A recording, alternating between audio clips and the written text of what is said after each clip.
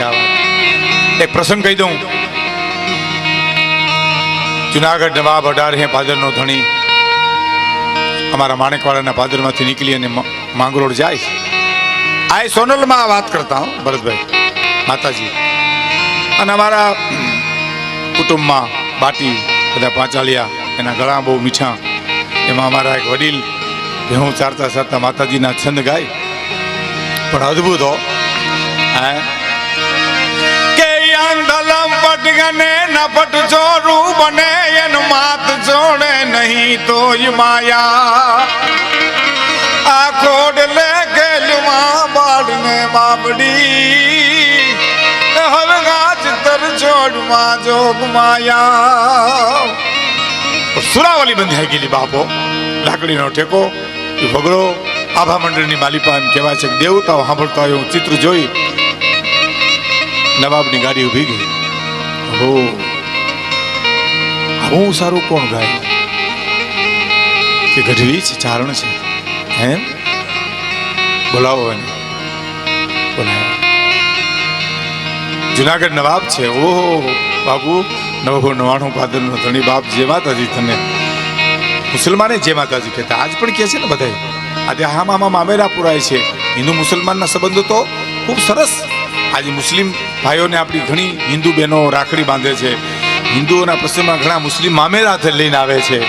આ તો વર્તમાન કાળ બગડ્યો છે. બાકી ભૂતકાળની માલિપા તો કબીર કુવા સબી કા એક હે પનિહારી અનેક બર્તન સબી છે ન્યારે ભય પણ પાણી સબી મેં હે. એ જમાનામાં જય માતાજી કીધું કવિરાજ આવો જુનાગઢ મારી સાથે કે બાબા મારો માલઢોરની વ્યવસ્થા કરી આવું પછી આવું. હા ભલે ગાડી રાખીશ તમારી પાસે. આ માતાજી વાત કરતા આઈમાં આવ્યા જુનાગઢની નવાબની કચેરીમાં કીધું કે કવિરાજ ઓલા છંદ બોલો તો કે મારું માથું ચીડ્યું બાપા મારું માથું ચીડ્યું. તો કે હું તમને જુનાગઢ નવાબ એમ કહું છું છંદ બોલો તો વાત તમારી સાચી બાપા તમને ઓળખું ને 999 પાદરના ધણી છો પણ મારા માથામાં કડાકા ઉપડ્યા ને હું કરું ભાઈ કે પણ હું તમને 5 ગામ દઉં તો કે તારું જુનાણું દઈ દે તો જ્યાં હરી હુજતી નથી ત્યાં ક્યાં વાત રહી.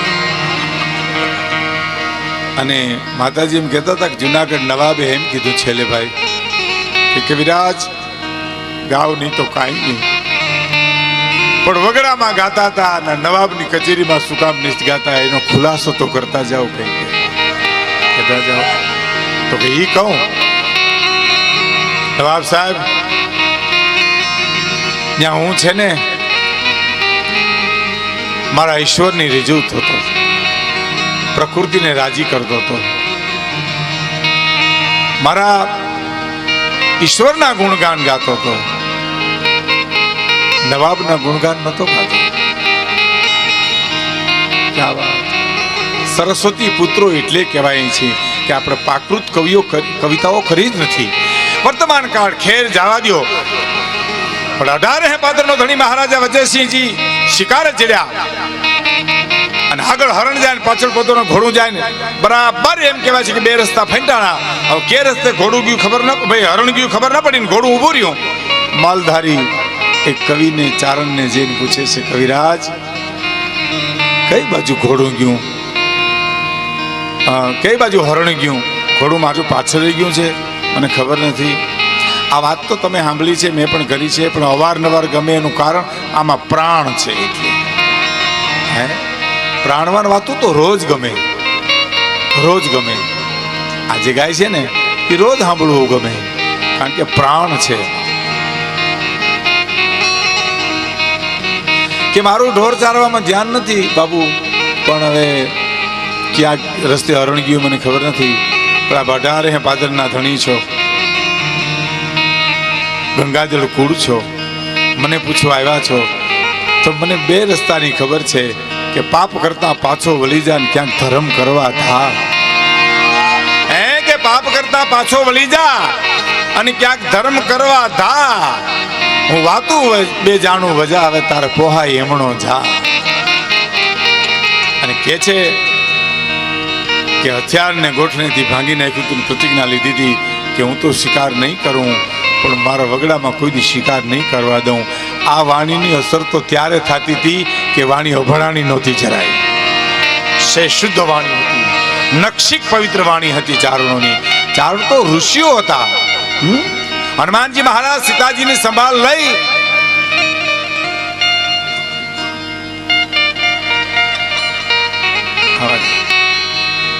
ચારણ આપણે ચારણ સમાન. અને આમાં છે ને એક સમજી લીજો, આનો અહંકાર ન કરાય, આનું ગૌરવ રખાય. ચારણ પણ આનું અભિમાન નહીં હો, અભિમાન તો મારી નાખે, પણ આનું ગૌરવ હોય, હું ચારણ છું. એનો પોરહ હોય, એનું અભિમાન ન હોવું જોઈએ. પોરહ ને અભિમાન એની બાજુ બહુ પાતળી રેખા છે. પોરહ કઈ અભિમાનમાં ફેરવાય છે એ ખબર નથી. હા, બહુ જાગૃતિ રાખવી પડે. હનુમાનજી જયારે માતાજીની શુદ્ધ લેવા ગયા ને લંકા તરફ, ત્યારે વનમાં વિચરતા ચારણો એને મળ્યા હતા. અને એને પૂછ્યું તમે કોણ છો? તો ચારણો એમ કીધું કે અમે તો અહીંયા જ રહી, તમે કોણ છો? બહારથી આવ્યા છો? કે હું હનુમાનજી છું, સીતાજીની સંભાળ લેવા આવ્યો હતો. જાઓ, અશોકવનમાં બેઠા છે. સીતાજીના સમાચાર તો ચારણોને આપ્યા છે હનુમાનજીને કે ન્યા જાઓ. આ એક આપણી પરંપરા હતી. ખેર સમય સમયનું કામ કરે છે, એક વાત બાજુ જવા દો. પણ આપણે તો માણસો એમ કે છે તમે અમારા ગુણ ગાઓ છો. નહીં, તમારા ગુણગાન નથી ગાતા. અમે તો તમારામાં પડેલા સંસ્કારના ગુણગાન ગાઈએ છીએ. તમારામાં દાતારી છે એના ગુણગાન ગાઈએ. અમે તમારામાં ઉદારતા છે એના ગુણગાન ગાઈએ.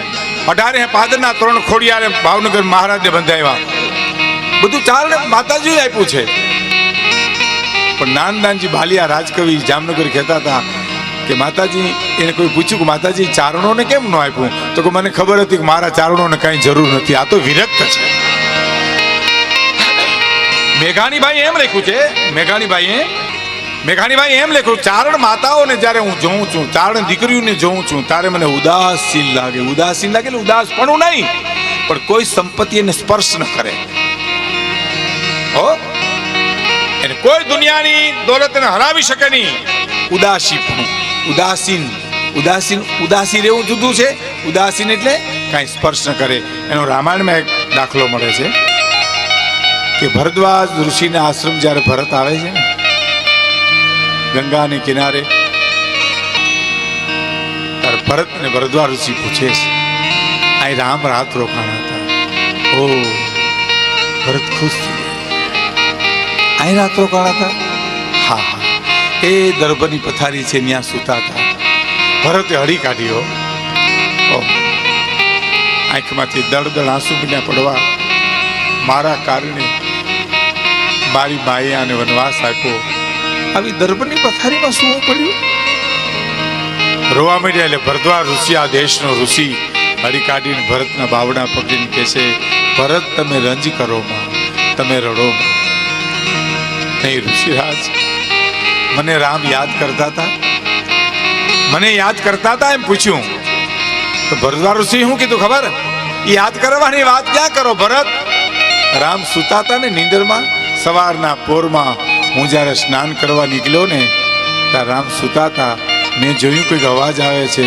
પાસે જઈ અને કાન માંડ્યા ને તો નીંદરમાં બોલતા હતા, ભરત એ ભરત, ભરત એ ભરત, તમારા નામનું સ્મરણ કરતા હતા.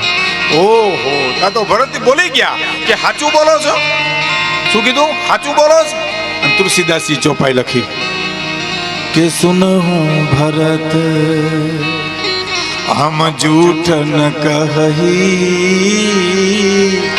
सुनहु भरत,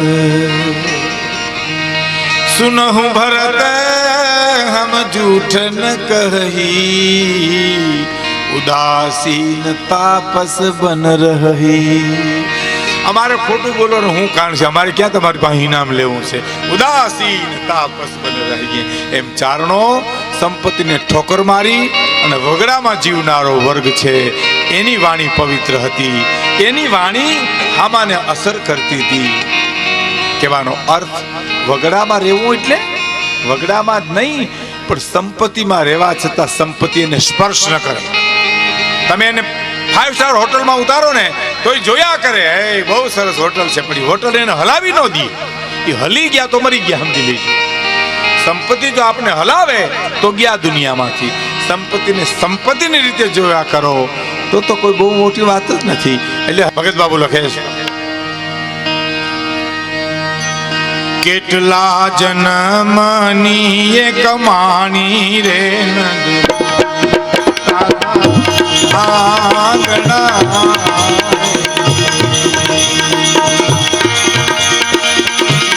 કેટલા જન્મની આ કમાણી રે નંદરાણી તારા આંગણા રે.